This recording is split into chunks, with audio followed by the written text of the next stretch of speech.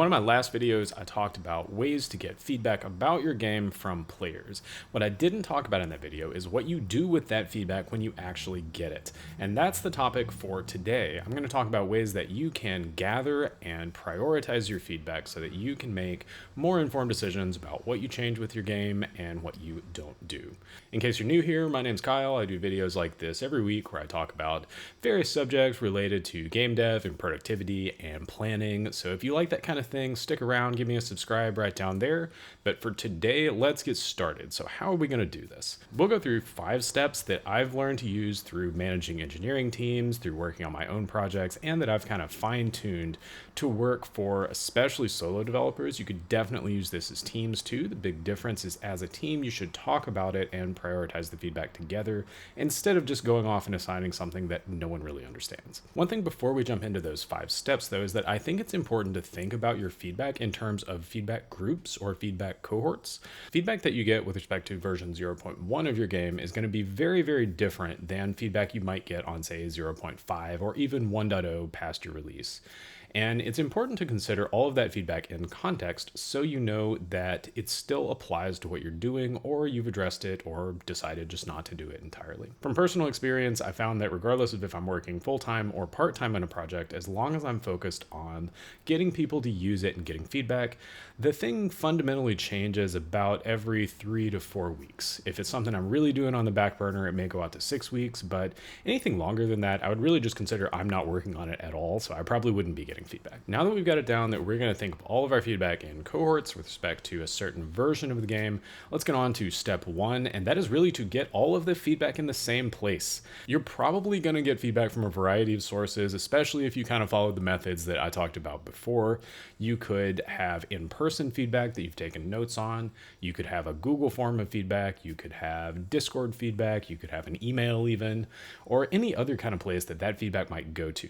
Now, it's important that you get all of that into one place so that you can treat it more or less accordingly. I also like to label it based on the source, so I know where that feedback came from, because I've found that that's often useful in considering what someone says. This is where spreadsheets can be really convenient, and it's a pretty common tool. It can work across any kind of workflow for the most part. So you can get all of that feedback, shove it into a Google Sheet, have each row be an individual feedback item. You should include what the feedback is, the date, where it came from, who it came from, and the version of your game that it came from. Those 5 things together will give you a really good start for getting started with your feedback so that you can decide what it is you're going to do with it.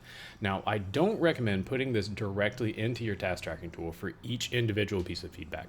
What you're going to find out is that you'll have a lot of duplicates, and we'll go through and clean that up in the next step. That gets us to part 2 of these 5 steps, and that is to categorize and summarize that feedback. I mentioned already that we're going to categorize this by the person, the date, the source, the build, that kind of thing. But now we're going to go through and categorize it based on what it's talking about. Now, you may find that some people will write you an essay, and it's going to be a massive, massive paragraph. They may talk about a ton of different things, and I find that there's 2 ways that you can really deal with this, and it really depends on how you like to work.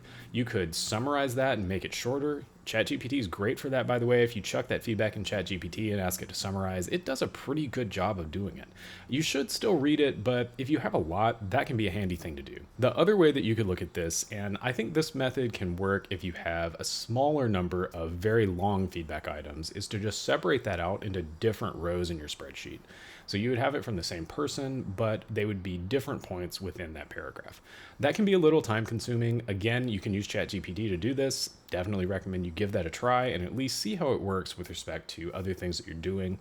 It's worked pretty well for me, and I actually built a project based on that I'll probably show in the B-roll here somewhere. You'll often find that there are just extraneous things in there. People may just say something that isn't on topic, or it's not useful, or especially if you do something through a Google form, you might just get something that's like, nice game, or your game sucks.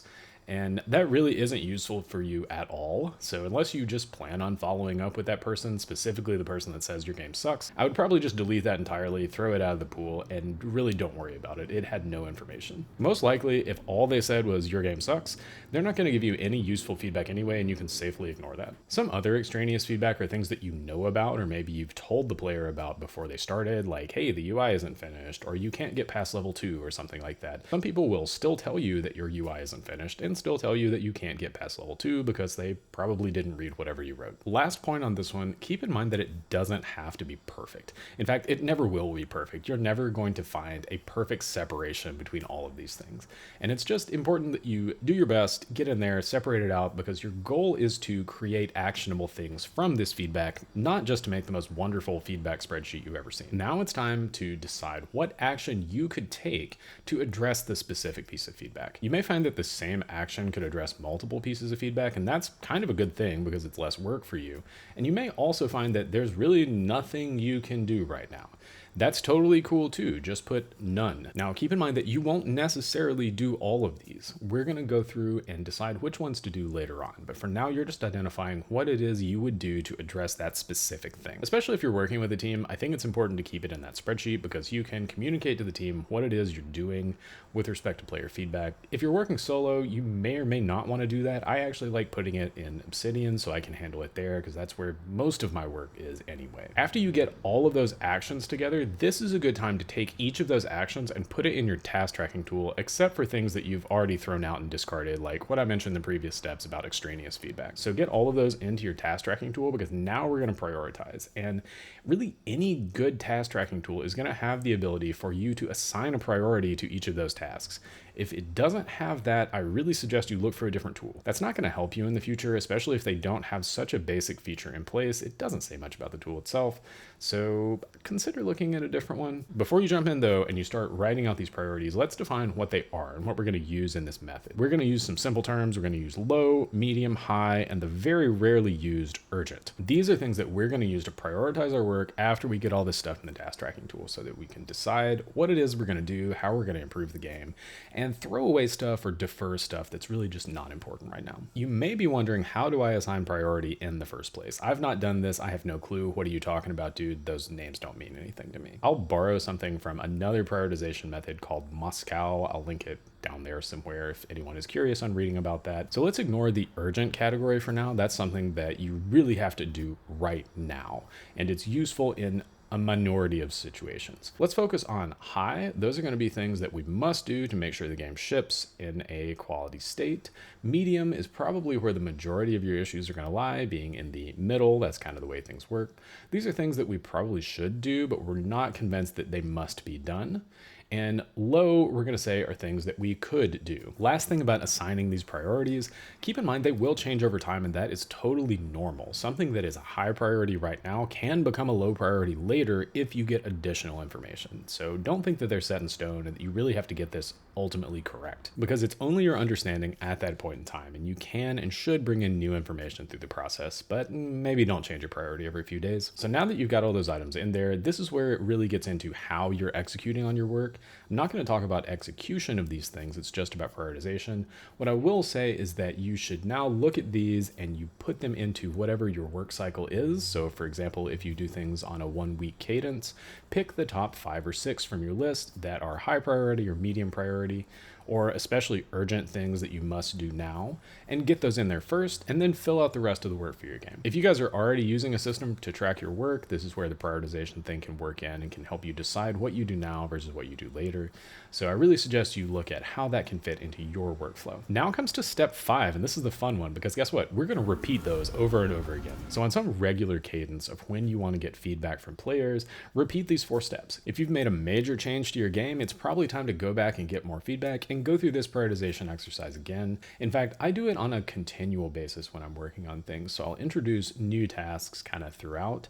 And if they don't have a priority at that time, I'll assign them one if I know enough about what's going on, or I'll leave them lingering for a bit until I understand the problem more. So in each of your feedback cohorts, like I mentioned earlier, feel free to just tack these onto your spreadsheet and get them into your task tracking, go through this same kind of exercise. It can be useful to separate it out into a different sheet in the spreadsheet, so you have one sheet per feedback cohort. As you're repeating these though, don't just go back to the same players that played the first time. You want to continue introducing new people at each cohort.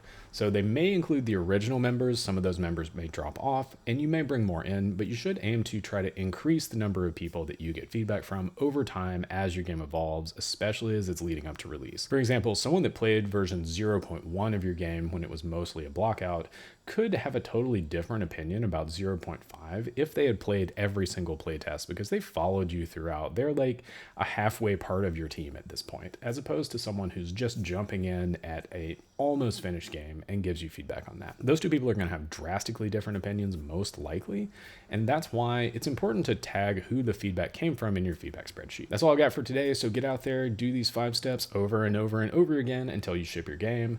For now, I'd like to know, what do you use for task tracking? Let me know down in the comments. Let me know how you track tasks for your projects, or if you don't. If you don't, let me know why. If you have any questions about task tracking or prioritization for your game, feel free to let me know those down in the comments too. As always, hope you enjoyed the video, and see you next time.